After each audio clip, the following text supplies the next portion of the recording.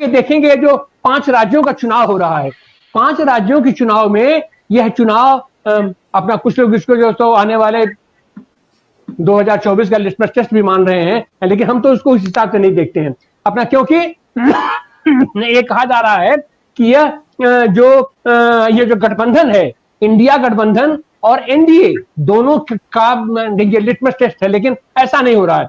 India गठबंधन को संचालित करने का काम मजबूती के साथ, जिम्मेदारी के साथ तो कांग्रेस के कंधों पर है, और कांग्रेस इसमें कहीं से भी पहल करती हुई नहीं दिखाई पड़ रही है।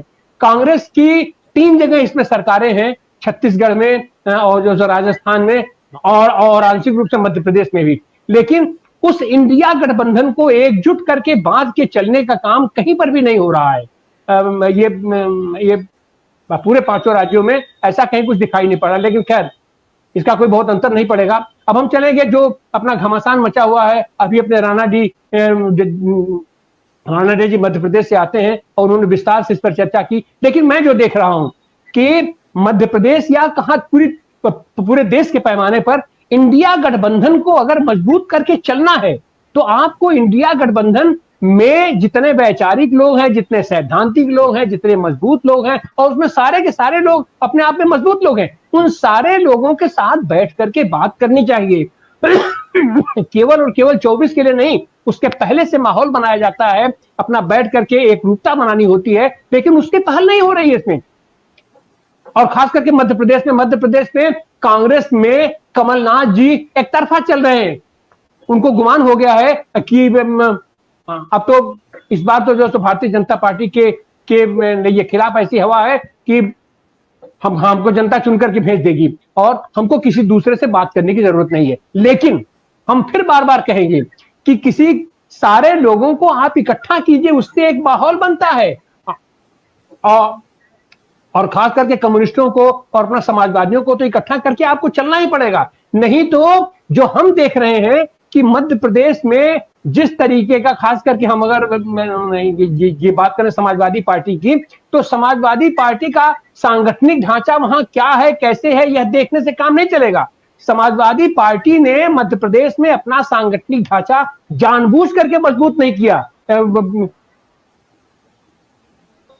क्योंकि वो कहीं ना कहीं दिमाग में था कि अगर हमारा सांगठनिक ढांचा मजबूत हो जाएगा तो कांग्रेस के लिए दिक्कत हो जाएगी। लेकिन आज की तारीख में भी अगर समाजवादी पार्टी ने मन बना लिया, केवल समाजवादी पार्टी अगर मन बना ली, तो कम्युनिस्टों को भी इकट्ठा कर लेगी, आदिवासियों का संगठन जैस भी उसमें आ जाएगा और तमाम लोग आ जाएंगे, और एक वैकल्पिक तरीके से वहां मोर्चा बन जाएगा, धुरी बन जाएगी, और ये सारे लोग नाराज हैं और कांग्रेस की तरफ से कोई पहल नहीं हो रही है। अच्छा, पहल के नाम पर ये समाजवादी पार्टी से अभी कोई वो निर्णायक बातें नहीं कर रहे हैं और बार बार खाली यही चर्चा कर रहे हैं कि बिल्कुल 4 सीट दे देंगे, 8 सीट दे देंगे, तो ऐसे नहीं चलता है। अब चुनाव बिल्कुल सिर पर आ गया है, बैठ करके, और खास करके हम तो कहना चाहेंगे कि ये कम्युनिस्ट पार्टियों को भी साथ देना चाहिए। उनकी 1 सीट 2 सीट जो भी है वो जीतेंगे नहीं जीतेंगे अलग की बात है, लेकिन उससे देश के पैमाने पर माहौल बनता है, एक नरेशन सेट होता है। इस भारतीय जनता पार्टी के इस सांप्रदायिक राजनीति से टक्कर लेने का काम अगर कोई करेगा तो वो वामपंथी करेंगे, समाजवादी करेंगे, आपका कथा वार्ता उसका विकल्प नहीं देगा कमलनाथ जी। तो ऐसे आगे वहां, और यह स्थिति राजस्थान में भी छिड़ी हुई है। और सबसे बड़ी बात है कि मिजोरम जो हमारे देश का एक अभिन्न हिस्सा है, अभिन्न पार्ट है, वहां के बारे में कहीं कोई चर्चा नहीं हो रही है, कोई नहीं सुन रहा है। और हमारे प्रधानमंत्री और हमारी सरकार भी वहां के बारे में खामोश है, जबकि उसके बगल का ही एक प्रांत 5 महीने से लगातार जल रहा है। तो सरकार की जिम्मेदारी बनती, क्या सरकार ने उसको अपने भारत से अलग मान लिया है? क्योंकि अभी बार बार यह हो रहा है कि यह सरकार का चीन से मिली भगत है, यह पूरी सरकार अपने चंद मित्रों के लिए काम कर रही है, संसद का उपयोग कर रही है, पूरी सरकार का उपयोग कर रही है। तो ऐसी हालत में सरकार की भी जिम्मेदारी बनती है कि देश के प्रति उसका क्या प्रेम है, देश को एकजुट करने के लिए वो लोग कौन सा काम कर रहे हैं। अपना ये जिससे लाल लाल आंखें करके बात करने की बात कर रहे थे, उसके अधिकांश हमारे यहाँ उसका पैसा लगा हुआ है तमाम कारपोरेट के बीच में। और अब तो यह भी कहा जा रहा है कि वहां के उस बिजनेस में अमित शाह का पैसा इन्वॉल्व है, हमारे प्रधानमंत्री मोदी का पैसा इन्वॉल्व है। और संसद में जो प्रश्न पूछा गया वो तो एक सिंबॉलिक प्रश्न था कि 20,000 करोड़ रुपया जो अडानी के फर्म में गया है, ये बेनामी गया है, वो किसका पैसा है? वो उसको पैसा बताना चाहिए। और उस प्रश्न के पीछे सीधे सीधे मंशा है कि अगर ये बताएंगे तो इनको बताना पड़ेगा कि वह पैसा प्रधानमंत्री माननीय मोदी जी का पैसा है और वो उसको नहीं बता सकते हैं। और चीन से पैसा आया इसको कह करके ये लोग, ये जो वैकल्पिक मीडिया है उसके लोगों को गिरफ्तार करने का काम कर रहे हैं। अभी ये पिछले दिनों छापा पड़ा है अपने 47 पत्रकारों के ऊपर।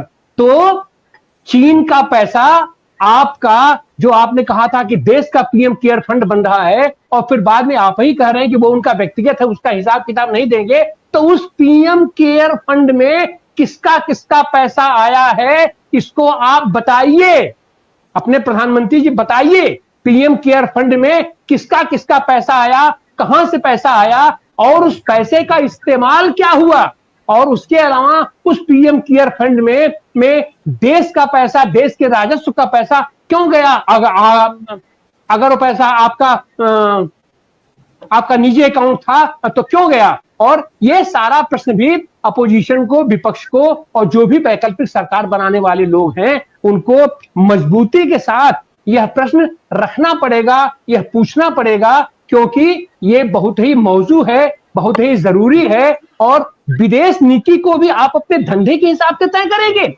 विदेश नीति को अभी जैसे ये कैग की रिपोर्ट आई है, तो कैग की रिपोर्ट से इनके इतने पसीने फूल रहे हैं कि अब इन्होंने उसको स्थगित कर दिया कि कैग अपनी अब रिपोर्ट नहीं देगा। कैग अपनी रिपोर्ट क्यों नहीं देगा? कैग सरकारी एजेंसी रहने के बावजूद भी उसकी ये जिम्मेदारी बनती है कि अगर उसको रिपोर्ट देना है तो कुछ न कुछ तो रिपोर्ट देना है। और रिपोर्ट वो कितना मैनिपुलेट करके देगा, उसमें से तमाम चीजें निकल के आ रही हैं। जिस तरीके से कोयले की कालाबाजारी और केवल कोयले के मामले में अडानी जी को जिस तरीके से लाखों लाख रुपया उनको कमवाया जा रहा है कि अपना बाहर से कोयला अपना कि किसी उस पर आता है और उनका कोयला उन्हीं की एयरपोर्ट पर उतरता है और उनके उस एयरपोर्ट पर और क्या क्या उतरता है इसको भी बताना पड़ेगा, दिखाना पड़ेगा। क्योंकि आज की तारीख में मीडिया भी उनका है, एयरपोर्ट भी उनका है, वो विदेश का कोयला भी उनका है और यहाँ वो जिसको बेच रहे हैं जिस सरकार, वो सरकार भी उनकी है। तो सवाल है कि बीच की चीजें क्या है।